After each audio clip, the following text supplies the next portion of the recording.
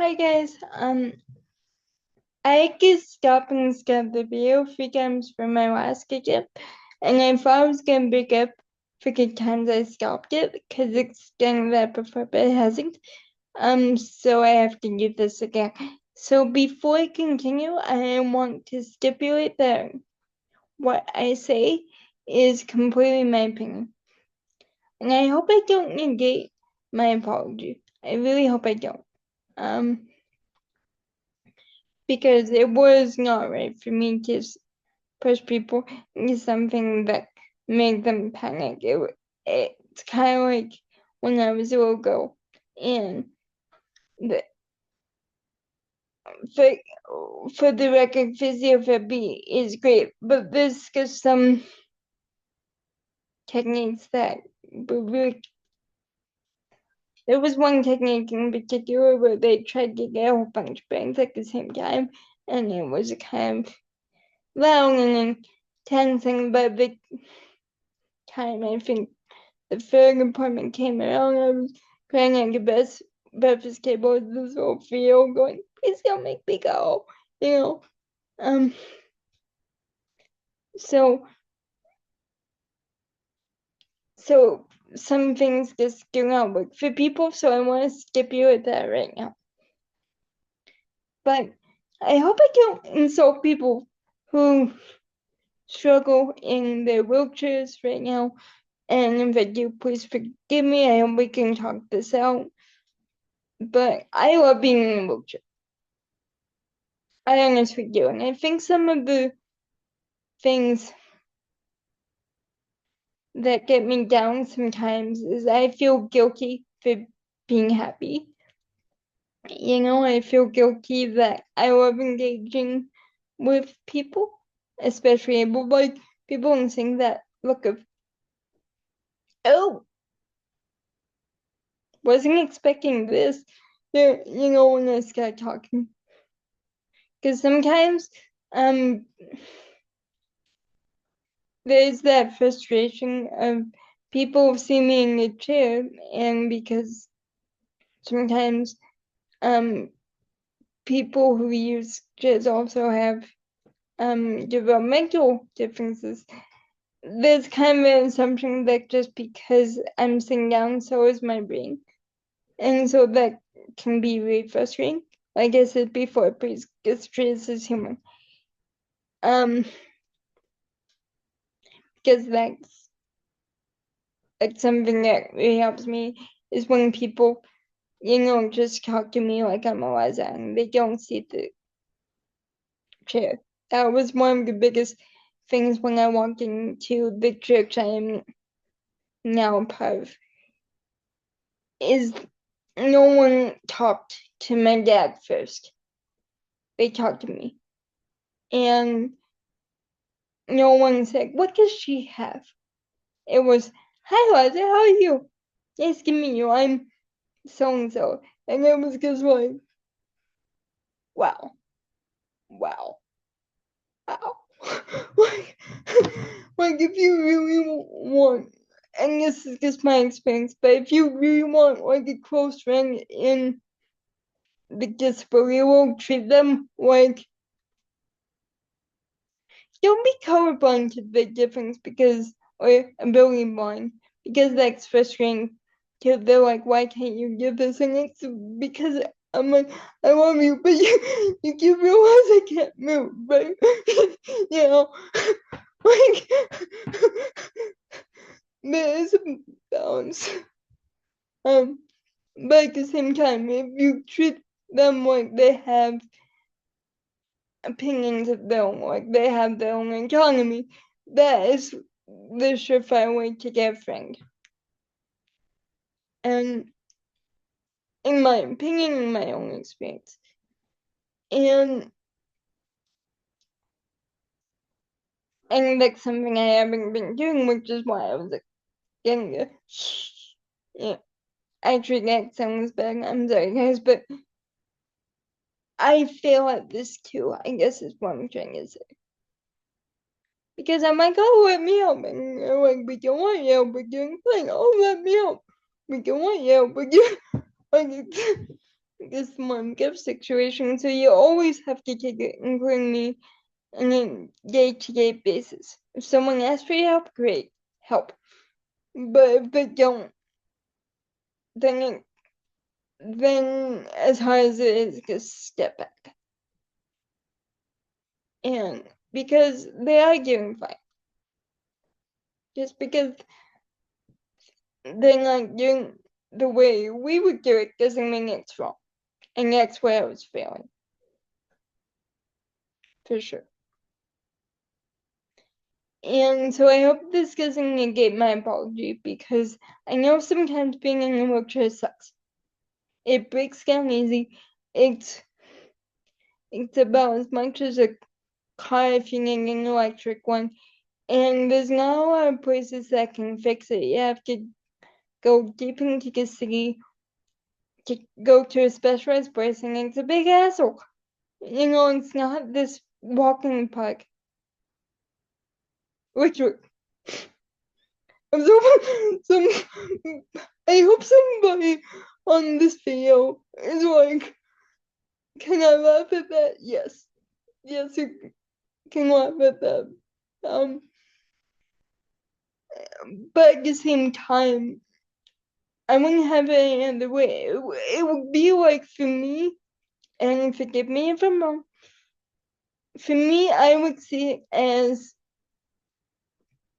somebody saying to me, oh, you must want me, like me saying to somebody who is LGBTQ or fluid, and me saying, oh, but you must want to be like a, like, and the, like, isn't being fluid more complicated? And they're like, no, I love being fluid, but isn't fluid being more complicated? No, like, it's just kind of like, let them be. And, and, and it's the same with me and disability. Like, one of the things that gets me really angry sometimes, and I know people mean well, but it's like when they say, but you must want to walk, and I'm like, no. And I feel really selfish for saying that after these conversations, especially if they get stuck, because like they try and convince me, like, don't you want to play sports? Don't you want to do this or that? And I'm like, first of all, there's a gap of sport. Secondly, um, secondly, it's my body. Like, and I guess that's where my friends were coming from too, where they were saying it's our advocacy, leave it alone. Don't try and change it. And that was completely my fault. And yeah, but when somebody tells you I'm fine with being in a wheelchair, they actually might mean that.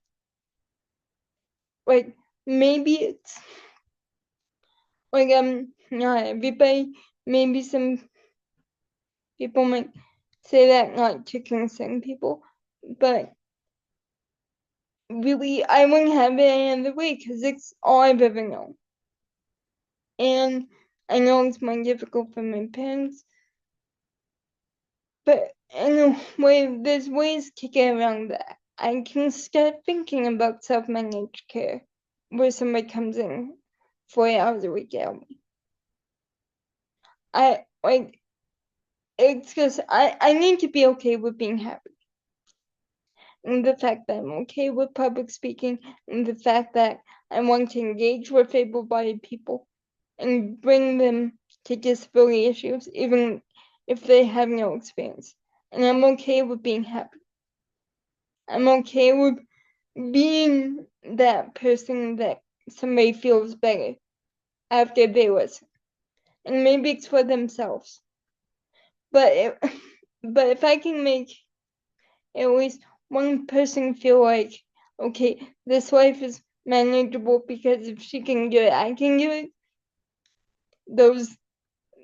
That 8-hour work week doesn't seem so bad. I mean, I appreciate if you would join us in helping us find more employment, that would be even awesomer. But if I can help somebody by making them feel more empowered, then I'm gonna be happy with that. I don't see that as submitting to like being used, as some of the academics in my courses would point out when I was doing research. I'm like, no, it's not being used, it's a job. Being a motivational speaker is one of the only jobs I have available. So it's just like, don't knock it. Like, I understand you may not like it. It's like, if I haven't, like, you've heard me say this before, there's some teachers, even spiritual ones, that have a different view of Christianity and what happened. And I'm like, for me, yeah, but that's not for me. But if I keep saying it, that's insulting. That's insulting to the people who actually find a lot of comfort in those books. So for me, it's like, don't knock something that's really helpful to people. Even if it drives you nuts, why do you have to knock it? And it's something I have to remind myself every day. Every day. Because, yeah, sometimes I don't want to be seen as an inspirational just because I said hello in a voice that wasn't like, hey, or just because I had a conversation with a regular person. That can sometimes be annoying, but it helps them. It helps them see that, you know what, maybe my life isn't so bad. Maybe it helps them get over some snit that has been bothering them, and they know it's been kind of silly, but they just can't get over it. I've been there too. But if I can help them see that, you know what, there's challenges in this life that are so much more, and now I have the strength to move on, I will gladly be that motivated for a person every single time. And some people might not like that. And if that makes me bourgeois, then bourgeois is still business owner. As I learned in my grade 11 French Revolution social studies class. Bourgeois people were still the business owners, were still successful. And I think we forget that. When we call someone too bourgeois, we think, oh, they're not listening to the poor man. Well, maybe we can use inspiration to help people. Maybe we can use the rag to riches story to help people bring them back to those places that nobody wants to go, and help those people who cannot speak for themselves. Because I can speak from personal experience. Disability is really scary. To acknowledge limitations, to acknowledge the roughness of it, to acknowledge that we are fragile beings, that our bodies are not immortal, is extremely scary. It took me till I was 28 years old to start engaging with my own people. And as you've seen, I suck at it. I suck. Because I was so scared of acknowledging my own anger and my own frustration towards mainstream society, because I did not want to become bitter.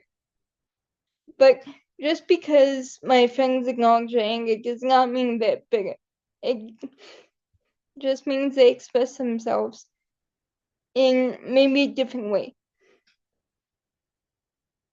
But it doesn't mean they're mean, it doesn't mean they're bad, it doesn't mean they're inferior. It just means we have different ways. But disability is a scary thing. And if it's scary for me, and I've been born into this life since the first nanosecond, and it's scary for me to recognize my limitations. I can't imagine somebody who's never experienced disability in their family, in their friends, and when they see something on TV, and they're like, oh my God, that would be horrifying, not being able to go to the bathroom on my own. You know, I just have so much empathy for that, you know, because it is a terrifying experience to be at this point where you have to learn to trust people over and over when home care people walk in, and it's not because of bad experiences for myself at least, it's because everybody tells me of the bad experiences. Like, it's almost like when you're pregnant and everybody comes out of the woodwork, and I've never been pregnant, but my mom's told me this. When she was pregnant, people would come out of woodwork with all these horror stories and being pregnant, and she's like, why would you tell me that? You know, and it's the same with disability. It's kind of like we've got to have some of the positive stories so that people actually want to help us. You know, they want to engage with them too. But again, that's just purely my opinion. And I'm not trying to be superior to anyone. I'm just saying for me, especially since I'm in a chair and my disability is extremely visible with the way my hands are and with the way my body moves, I feel for myself that I don't have, I was gonna say luxury, but that sounds like I'm being privileged again. I don't have the option of really not disclosing what my disability is. I mean, I do. I know I'm to tell people I have cerebral palsy quadriplegia, but I do because it's easier, because I know people are wondering. And I want people to engage. And I want people not to be afraid.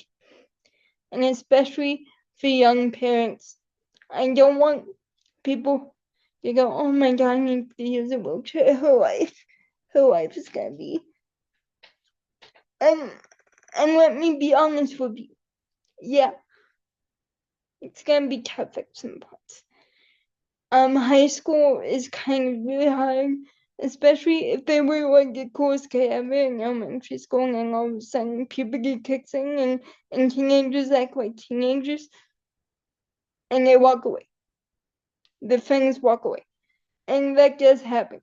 But I also want to be that voice that is gonna be okay. That accepting yourself is key.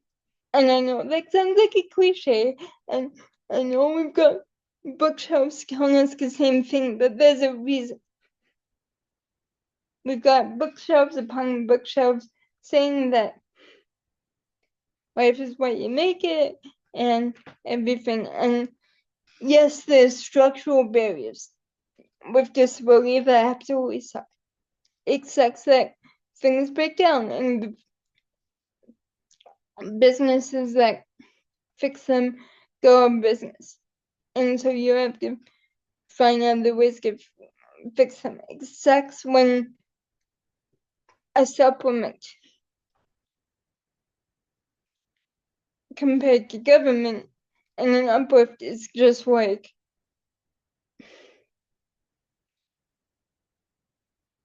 somebody helping a little kid to bounce for like half a second when it comes to disability perspective.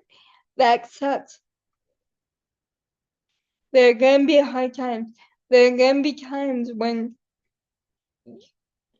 you won't know what to say. Your friends are gonna come to you, and I've experienced this recently.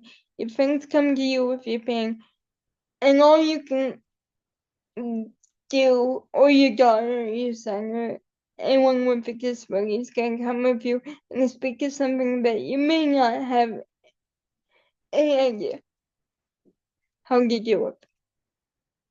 That is gonna happen. But I can tell you from my own experience,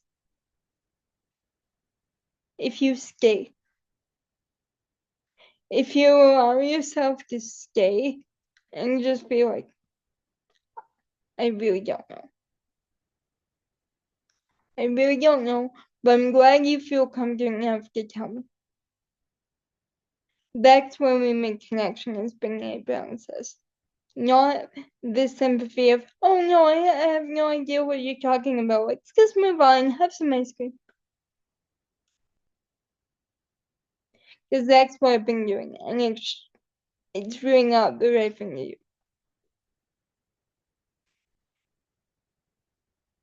And if you want to offer ice cream, do it. If they like ice cream, if they feel like they need some. But just sit with them. Don't go, oh no, I don't understand this, I'm sorry. Go, that must be really difficult for you. And to be honest, I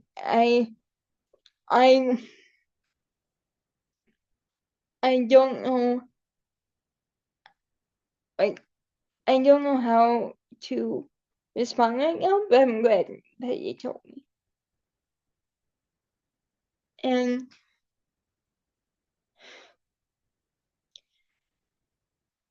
so yeah, you are gonna experience tough times, but the wheelchair can also give you unique experiences or the disability can give you unique experience that a normal life wouldn't. Like, yeah, I could be done my schooling right now.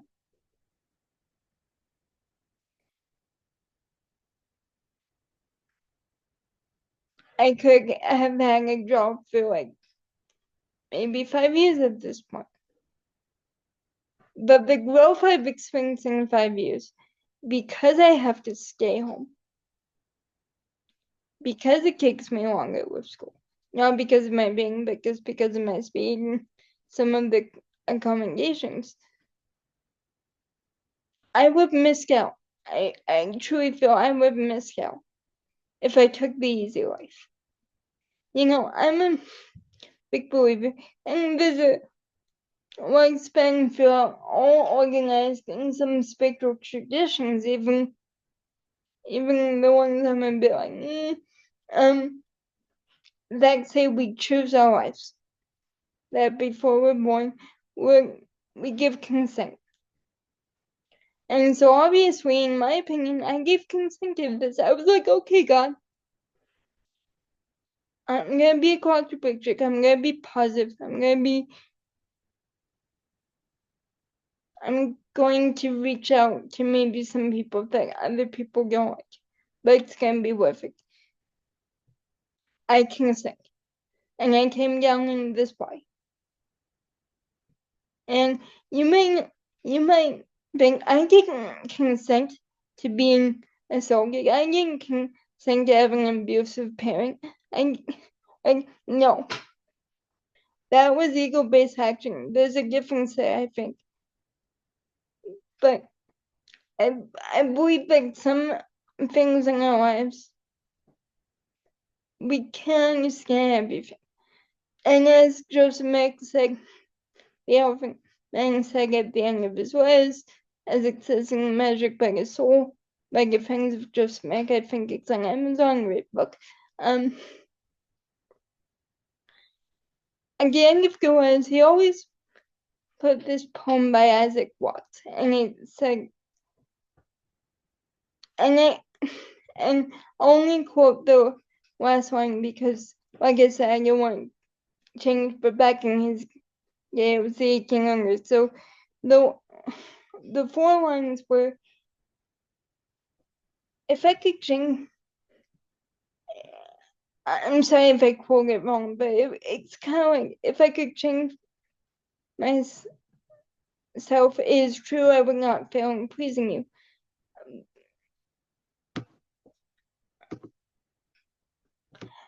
But the one that always struck me was, yes, my form may be odd, but blaming me is blaming God. Like, I truly believe we're created on this earth for a reason. Our challenges, we maybe somebody took us down a path we weren't expecting. And maybe we get to choose an ideal vision in young people. If it goes getting your way, who knows? But it's what you do with it. And like I said, I don't claim to know about heaven. But what I do know is that obviously I'm meant to be a quadriplegic. I've just never jived with the whole, when my ex-boyfriend in high school, and yes, I know we were teenagers before I continue, but my ex-boyfriend in high school had a bit of a rougher life, and we were both quadriplegics, and he wanted to cure, find a cure for cerebral palsy. And I was saying, like, going, one, you're supposed to think I'm the most beautiful thing ever. Two, no, I cannot consent to asking teenagers if they want to be changed, because that would just, that's almost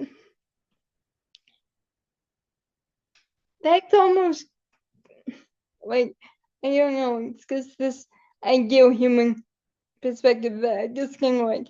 So we broke up a few weeks later, and I tried to be sport, but just couldn't, because I'm like, no, I like my body. It sucks right now because I'm a teenager and feel like a leopard, but I like my body. Like, deep down, there was this self-conscious feeling about, but I like my body. And yes, some of the stuff we have to deal with as people with disabilities, structurally, socially, emotionally. Some of us do not have good homes. I was perfect in that way. I do have a great home, but some of us do not. So yeah, some of the things that disability brings you sucks. Sometimes just reading about it can lead to PTSD, as it has in my case. And the wolf stuff sucks, but I would encourage to find at least one thing you can be proud of. Whether it's your beautiful dark skin, whether it's, I'm sorry for using stereotypes, but if you're LGBTQ and you do have that great fashion sense, don't be ashamed. Work it, girl, or man, or work it, honey, because I admire that strut,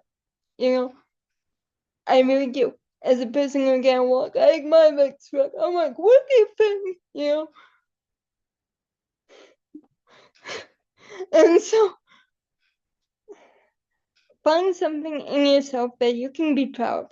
Whether it's that strut, whether it's that kind of, I like the way I am, thank you very much.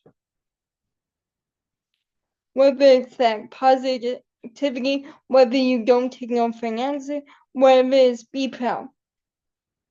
Not arrogantly proud, but just be proud that you made it.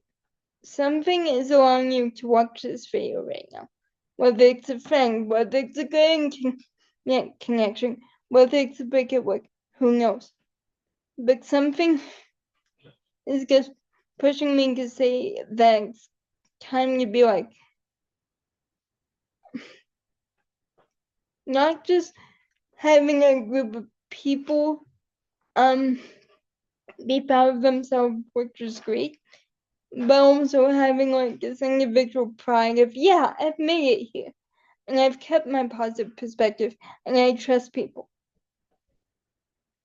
Or you know what? I'm proud of myself because I've set my boundaries, and I'm not going to submit to to just anyone coming into my group. I'm going to protect my chosen family. And that's something to be proud of too. And so, yeah.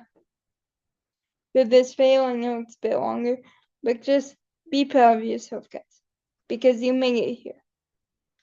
And you were meant to be here for a reason.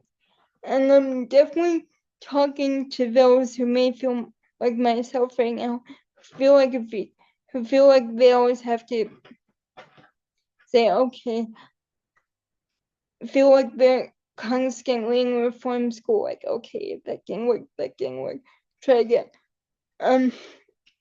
You were meant to be here for a reason. Yes, we all need to grow, yes, we all need to respect people.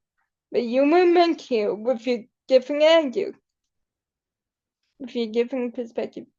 You were meant here. Something's just really pushing me to say that you were made for a reason. As it says in Psalms 118, I am fearfully and wonderfully made. And fearfully doesn't mean like fear means I am powerful. I am here to make people awestruck. That's what I think it means. And if I'm wrong, you can send me a meme of an Eagle Montoya. Then I don't think you know what it means. But for me, I have to be proud of who I am. And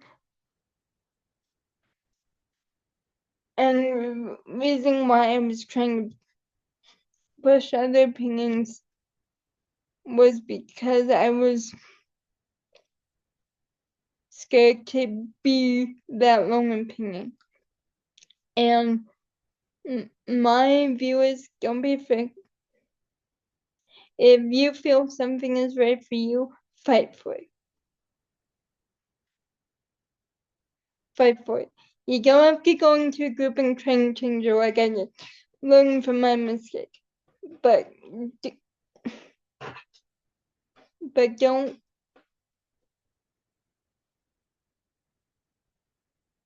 if you feel that if you feel your perspective, your sexuality, your race is beautiful, stick with it. Stick with it. Because we need diversity. We need to grow. And yeah. So I love being in the chair. I know it's hard for some people, but for me, I wouldn't change it. Because it has so many blessings that I know and don't know yet. And so that's the homework for today, is just take something. It doesn't have to be disability. If you're like, this is a bunch of bullshit, you can tell me that too.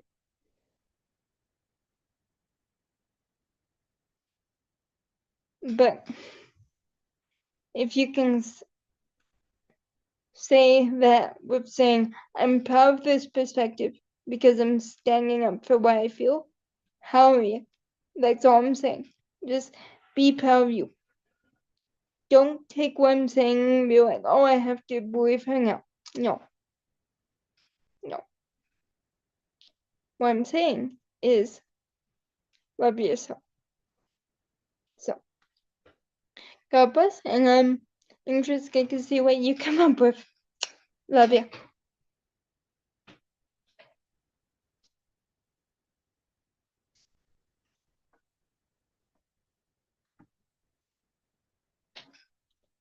Oh shoot, I turned the camera off and skipped the recording. Love you.